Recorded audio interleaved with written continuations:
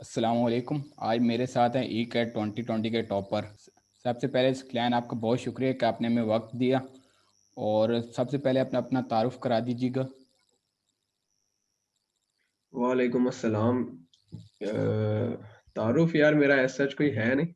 यही है कि नाम बता सकता हूँ और बैकग्राउंड थोड़ा सा कि नाम मेरा सकलैन मुश्ताक है और एफएससी पीजीसी से की, एंट्री टेस्ट की तैयारी स्टेप से की और लाहौर में रिहायशी हूँ। क्लैन आप अपने एफएससी और मैट्रिक में मार्क्स बता दीजिएगा। मैट्रिक में मेरे 1076 मार्क्स थे और एफएससी में 1065। और आपने ई कैट की तैयारी किस तरह की, कौन सी किताबें पढ़ी और कितना टाइम दिया, वो थोड़ा सा एलिब्रेट कर दीजिए। ई कैट की तैयारी, ई कैट की बेसिक तो जैसे पता ही है आपको भी, आपने भी ई कैट दिया था। तो लाहौर में नहीं, पाकिस्तान में पूरे एंट्री टेस्ट की तैयारी के हवाले से 3 ही इदारे हैं।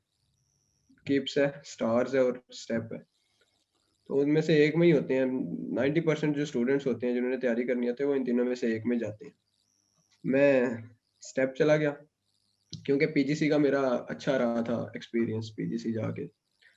तो मैं उधर से स्टेप में सीधा-सीधा, किप्स का नहीं सोचा मैंने। तो जो जहाँ तक किताबें पढ़ने का ताल्लुक है, तो किताबें वही हैं जो कोर्स की हैं। ये है कि मैंने इतना देखा नहीं, एंट्री टेस्ट की तैयारी के दौरान मैंने किताब नहीं इतनी ज़्यादा खोली। ये है कि जो उधर ही वर्कशीट्स और टेस्ट अपलोड होते थे, वही किए, लेक्चर्स लिए और डिस्कशंस जो होती हैं टेस्ट के बाद, पोस्ट टेस्ट डिस्कशंस, वही ली। तो इसके अलावा आपने एनईटी के लिए अप्लाई किया और प्यास का एंट्री टेस्ट दिया। एनईटी के लिए मैंने किया था और व्यास का नहीं किया। मैंने एनईटी का ये था कि मैं इतना सीरियस नहीं था। मुझे पता था कि जाना तो है नहीं मैंने शहर से बाहर, क्योंकि मेरा मूड नहीं था हॉस्टल जाने का। तो एनईटी मैंने ये है कि वैसे ही मैंने सोचा इस्लामाबाद का टूर कर लेते हैं। उसके लिए एनईटी मैंने अप्लाई कर दिया एनईटी 1 में। तो एनईटी 1 में मैं गया था और वो हुआ था, उसमें मेरे आए थे 148। एनईटी वन यार काफ़ी अच्छे स्कोर हैं। बाकी एनईटी और ई कैट में आपको क्या फ़र्क लगा मेन, इजी कौन सा होता है ज़्यादा। एनईटी और ई कैट में, एनईटी यार मेरे ख्याल से, और मैंने तो एनईटी और इसका ही ई कैट का बता सकता हूँ कि ई कैट निस्बतन कॉम्प्लेक्स है, काफ़ी मुश्किल है एनईटी के हिसाब से। और ये तो मुझे, मैंने क्योंकि बाकी टेस्ट दिए नहीं तो मुझे अंदाज़ा नहीं। लेकिन मेरे टीचर्स जो हैं, वो अक्सर यही कहते हैं कि ई कैट सबसे मुश्किल एंट्री टेस्ट है। एमडी कैट आसान होता है, एनईटी भी आसान होता है निस्बतन। जीके का और प्यास का भी इतना डिफिकल्ट नहीं होता।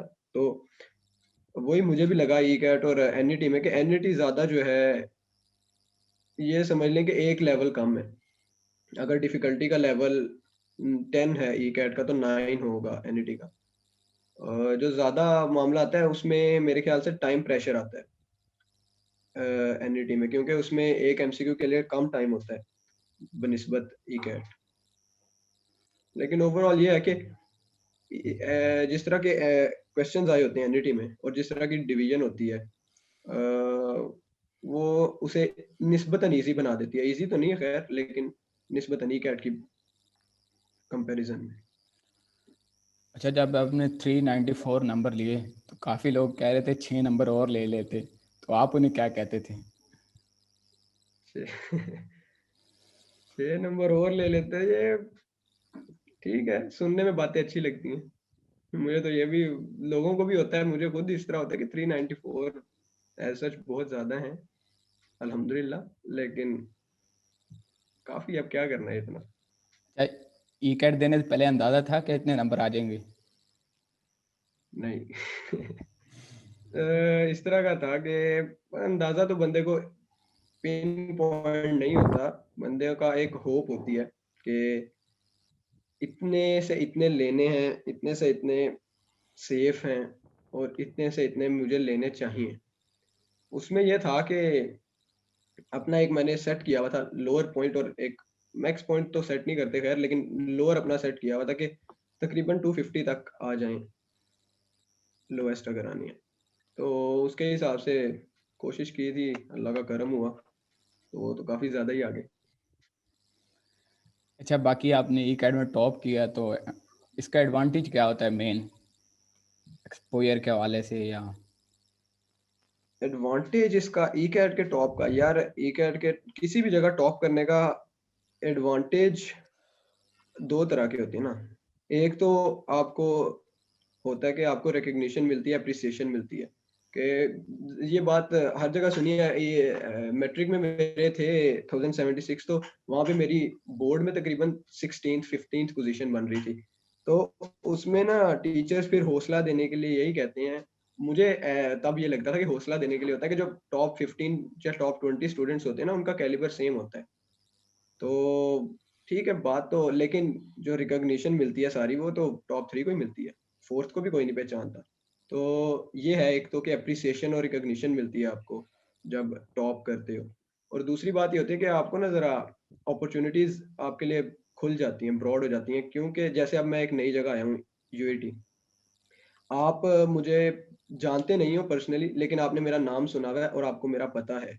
उसी तरह कोई भी रैंडम बंदा जो होगा, उसको भी थोड़ा बहुत आइडिया होगा, क्योंकि आपने भी सेम बैच में सेम टेस्ट दिया था। आपको एक टेस्ट का अंदाज़ा भी है और आपको फिर पता भी है कि अच्छा इसका टॉप, मेरी खुद उम्मीद थी टॉप की, या मेरी खुद एक होप थी कि मैंने टॉप मुझे करना चाहिए, या मैं करूँगा तो ये एक बड़ी चीज़ है। तो ये है कि जैसे अब यूएटी में सीनियर्स हैं, सीनियर्स में होता है सबको कि मैसेज कर देते हैं कि आप ई कैट के टॉपर हो, तो इंटरेक्शन बढ़ता है बेसिकली, आपका अपॉर्चुनिटीज आपको इस तरह ज़्यादा मिलती हैं। अच्छा, बाकी इस बार ई कैट ऑनलाइन कंडक्ट हुआ है, ऑनलाइन और पेपर में क्या फ़र्क होता है, क्या फ़र्क पड़ता है? और मैंने दिया नहीं, जो होता है जाके फिजिकल जो देना होता है, मैंने वो नहीं दिया हुआ, तो मुझे अंदाजा नहीं है कि वो किस तरह का एक्सपीरियंस होता है। लेकिन ये है कि जिस तरह इस तरह के डिफरेंट जो टेस्ट होते हैं, जो आपने फिजिकली जाके देने होते हैं, उनमें बाकी टेस्ट में मैं कहूँगा कंपैरिजन के तौर पे, तो बाकी टेस्ट में ये होता है कि ऐसा जितना कोई डिफिकल्टी नहीं है, लेकिन ये है कि एक थोड़ी सी कॉम्प्लिकेशन आ जाती है कि वो कंप्यूटर पे होते हैं ना, तो आप उस उसी के साथ ना, पता नहीं ये बात समझ आए या ना आए, लेकिन मेरा जो एमसीक्यू सॉल्व करने का तरीका होता है, मैं उसी में ना मार्क कर लेता हूँ। अब स्टेटमेंट के अंदर अंडरलाइनिंग, या मैं वो कर लेता हूँ हाइलाइटिंग के, अच्छा ये पॉइंट है, ये पॉइंट है, ये कनेक्शन आ रहा है, ये कनेक्ट हो रहा है। तो ऑनलाइन में ये थोड़ा-सा इश्यू आ जाता है कि आपने रफ शीट क्योंकि अलग रखी होती है, तो स्टेटमेंट कंप्यूटर के ऊपर होती है, तो वो थोड़ा-सा इसमें तो कोऑर्डिनेशन जो है हैंड आई। सॉफ्टवेयर एरर जी? भी काफ़ी आए थे, काफ़ी बच्चों के सॉफ्टवेयर प्रॉब्लम आया था। जी, जी। जो मॉक टेस्ट हुआ था उसमें भी मेरा थोड़ा बहुत आया था कि वो एरर दे रहा था कि आपके मार्क नहीं हुए, या इस तरह करके कुछ। ख़ैर, वो उसमें यही होता है ना कि अभी सिस्टम इतना डेवलप नहीं है, फुल्ली डेवलप्ड तो है नहीं, तो एरर्स आएँगे। तो यही है कि चांस पे है कि आपके के साथ भी हो सकता है ये, और हो सकता है आपके साथ ना हुआ हो। लेकिन फिर भी ये फिज़िकल को एज ये है कि क्योंकि हमारा सिस्टम इतना डेवलप्ड नहीं है, तो फिज़िकल बेहतर है। फिज़िकल में आपने अगर गलत किया है, लेकिन फिर भी वो आगे जाके चेकिंग में भी मसला हो सकता है। चेकिंग में मैंने सुना है कि काफ़ी दफ़ा हो जाता है। मैंने कज़न मेरा बता रहा था कि मैंने 80 अटेम्प्ट किए थे, मुझे मार्किंग 83 के हिसाब से की थी। तो उस तरह। अच्छा, बाकी आपने शुरू से यूटी का सोचा हुआ था और 2 महीने गुजारे हैं, तो उसमें यूटी को कैसे डिफाइन करेंगे? अच्छा शुरू से यूईटी का यार, मैंने किसी भी यूनिवर्सिटी का नहीं था सोचा हुआ। हाँ, ये होता है कि जब बंदा 8th 9th में होता है, जब बंदे को इतना अंदाज़ा नहीं होता कि क्या है मामला आगे, तो तब मैंने शायद यूईटी का ही सोचा हुआ था, क्योंकि नाम ही सिर्फ़ यूईटी का सुना हुआ था। ख़ैर मेरा इरादा ये था कि मेरा एज़ सच यूनिवर्सिटी की अप्रोच थी नहीं, मेरी थी डिसिप्लिन की, कि मैं मैकेनिकल में जाना है या इलेक्ट्रिकल में जाना है। अब उसकी बिना पे मैंने बाद में आके फर्स्ट ईयर में भी नहीं, सेकंड ईयर के मिड में आके मैंने टारगेट की थी 3 यूनिवर्सिटीज़, नस्ट, यूईटी और लम्स। अब नस्ट का तो मेरा उस वक़्त भी प्लान यही था, जैसा मैंने पहले भी बताया कि आउट ऑफ सिटी हॉस्टल, तो उसके चांसेस कम ही थे। तो बेसिकली लम्स और उसमें था कंपैरिज़न। लम्स में क्योंकि मैकेनिकल है नहीं, इलेक्ट्रिकल है, और इस वजह से तो ये समझ लो कि मैंने डिसिप्लिन में करना था कि अगर मैंने इलेक्ट्रिकल करनी है तो मैं लम्स चला जाऊँगा, अगर मैंने मैकेनिकल करनी है तो मैं इधर आ जाऊँगा, और मैकेनिकल कर ली और इधर आ गया। यूनिटी जहाँ तक है, ठीक है, गवर्नमेंट यूनिवर्सिटी है, क्या कह सकते हैं। अच्छा, वही है कि ज़रा माहौल उस तरह का है, थोड़ा-सा टीचर आ रहे हैं, लेक्चर ले रहे हैं, कोई टीचर नहीं भी आया, इतनी कोई स्ट्रिक्टनेस नहीं है ना कि वो टीचर्स के ऊपर, टीचर्स को और बड़े काम होते हैं, मैनेजमेंट के और दूसरे तीसरे, तो वो लेक्चर ज़रूरी नहीं है कि वो हर लेक्चर आपका लें। तो उधर थोड़ा जो फ़ारिग टाइम मिल जाता है उसमें बंदा थोड़ा यूनिवर्सिटी घूम लेता है, नहीं तो क्रिकेट खेल लेता है, फुटबॉल खेल लेता है। हाँ, ये आपने अच्छी बात बताई है। अच्छा, बाकी मैकेनिकल क्यों चूज़ की? मैकेनिकल यार, मेरा बहुत से लोग कहते हैं ये बात और मुझे समझ नहीं आती कि मशीन्स से मोहब्बत है और कोई इस तरह की बातें, कि मुझे बचपन से ही बहुत शौक था मशीन्स का सभी को शौक होता है। मेरा ये मामला मेरे ख्याल से ये बना कि मुझे बाकी चीज़ों का शौक नहीं था। जैसे अभी मैंने कहा कि मुझे 2 फ़ील्ड्स मैंने चूज़ की हुई थी कि इलेक्ट्रिकल या मैकेनिकल। तो मेरा ये इरादा था कि मैंने सिविल नहीं करनी, मुझे बिल्कुल शौक नहीं। तो मेरे अब्बा ने सिविल की हुई है, मैंने देखा हुआ है वो काम मुझे नहीं पसंद आया, मैंने कहा नहीं ये नहीं करना। फिर आगे सीएस आगे बड़ा चल रहा है और अब्बा ने भी कहा था कि सीएस काफ़ी अच्छी फ़ील्ड है। क मेरे काफ़ी दोस्त भी गए हैं उसमें, और आगे आईटी का ही है कह रहे हैं फ्यूचर, लेकिन फिर भी मुझे वो था कि ठीक है, एक हद तक बंदे को वही होता है, शौक होता है, लेकिन इतना नहीं है कि मैं सारी ज़िंदगी उधर लगा दूँ। तो वो भी मेन फ़ील्ड्स में से ये निकल गई। तो मैकेनिकल और इलेक्ट्रिकल ही मेरे ख़्याल से बची, क्योंकि सीए वगैरह भी शौक नहीं है। तो इलेक्ट्रिकल और मैकेनिकल में से फिर वही मैंने डिसाइड कर ली, मैकेनिकल। अच्छा, इस तरह बिल्कुल सेम मेरे वाला केस है। मैंने भी सिलेक्ट करने के बजाय उन्हीं चीज़ों को निकाला है, फिर पीछे मैकेनिकल रह गए तो मैंने कहा चलो यही कर लेते हैं। अभी यही यही मामला है ना कि हमारे एजुकेशन सिस्टम में करियर काउंसलिंग का कोई कॉन्सेप्ट ही नहीं है। हमें पता भी नहीं है फील्ड्स कौन-सी एग्ज़िस्ट करती हैं, हमारी यूनिवर्सिटीज़ में इतनी ब्रॉड फील्ड्स भी नहीं है। मैं अभी देख रहा था पिछले दिन, यूनिवर्सिटी ऑफ टोरंटो है, वहाँ पे मैं सिलेक्ट किया, मैं वैसे ही देख रहा था कि कौन-सा इधर करना चाहिए अगर बंदा वैसे ही सोचे। तो उधर मैंने सर्च किया इंजीनियरिंग, और इंजीनियरिंग के आगे 61 डिसिप्लिन्स थे। मैं उधर हैरान हो गया, मैं सोच रहा हूँ कि भाई इधर हमारी यूआईटी अभी सबसे बड़ी इंजीनियरिंग यूनिवर्सिटी है, नाम ही इंजीनियरिंग यूनिवर्सिटी है, और इधर मेरे ख्याल से 5-6 ही हैं सिर्फ डिसिप्लिन्स इंजीनियरिंग के। खैर ये है कि हमें इतना पता नहीं होता, इसी वजह से ज़्यादातर यही लोग करते हैं कि जो अम्मा-अब्बा कह रहे हैं डॉक्टर बन जाओ या इंजीनियर बन जाओ या लॉयर बन जाओ, यही 3 होते हैं ज़्यादातर, कोई और इसके अलावा सोचता नहीं। जो बाकी जिन बच्चों ने ई कैट देने हैं 2021 में, आप उन्हें क्या एडवाइस करेंगे, वो किस तरह तैयारी करें और किस तरह अटैम्प्ट करें? यार तैयारी का एज़ सच कोई पैटर्न नहीं होता, जो बंदे को सूट करता है मेरे ख्याल से वही करे। कुछ लोगों का होता है कि उनको चीज़ें जो पिक करने में आसानी रहती है, उनको आराम से समझ आ जाती है कोई बात, या उनको जो कनेक्शंस ढूँढने में मसला नहीं होता, जो ख़ास तौर पे ई-कैट की बड़ी है कि एक तरह का एक टॉपिक से नहीं आता, एमसीक्यू जो आता है ना, वो 2 या 3 टॉपिक्स को रिलेट कर रहा होता है।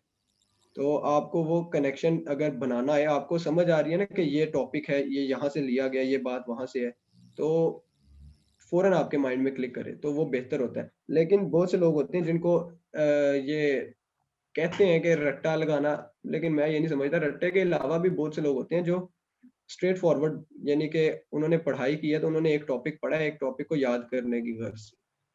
वो उतना डेप्थ में जाते नहीं है, तो उनको फिर डिफरेंट उनकी अप्रोच होती है।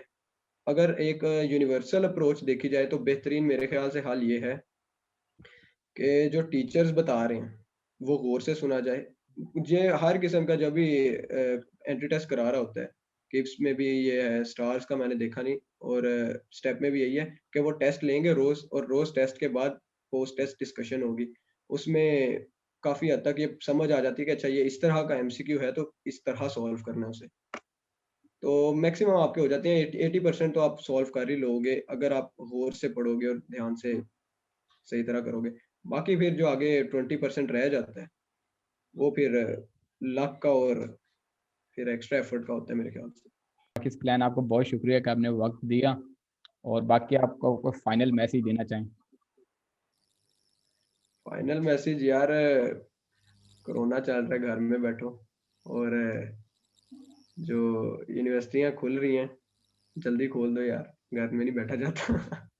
अपनी बात को कॉन्ट्रडिक्ट कर रहा हूँ, लेकिन अजीब ही चल रहा है। बाकी चैनल सब्सक्राइब करो यार। आपका अच्छा काम कर रहे हो यार, अच्छी बात है। बंदे को इस उम्र में अंदाज़ा ही नहीं होता कि यार ये काम भी किया जा सकता है, या इतनी डेडिकेशन ही नहीं होती कि यार पढ़ाई के अलावा कुछ किया जाए। तो अच्छी बात है, मुझे बड़ी खुशी हुई देख के कि यार आप ये काम कर रहे हो। मैं यही कहूँगा, वीडियो लाइक करो, चैनल सब्सक्राइब करो। अच्छा, बाकी अगर बेहतर होता काम फेस टू फेस इंटरव्यू करते, लेकिन वो कोरोना की सिचुएशन की वजह से कर नहीं सके। बाकी इसमें मैं बता कोई दूं बात कि मेरे प्लान तो काफ़ी थे, लेकिन वो शुरू वाले 2 महीने तो बंदा सेटल होती होती हॉस्टल लाइफ में गुजार देता है। हाँ, नहीं ये तो उसके है। बाद फिर कोरोना की वजह से लॉकडाउन हो गया तो कर नहीं सका। इंशाल्लाह आप दोबारा जाएंगे तो करेंगे। और बाकी ज़रूर, ज़रूर। आपका बहुत बहुत शुक्रिया, आपने मेरे वक्त दिया। फिर आज के कोई लिए इतना मसला ही। नहीं यार। अल्लाह हाफिज़।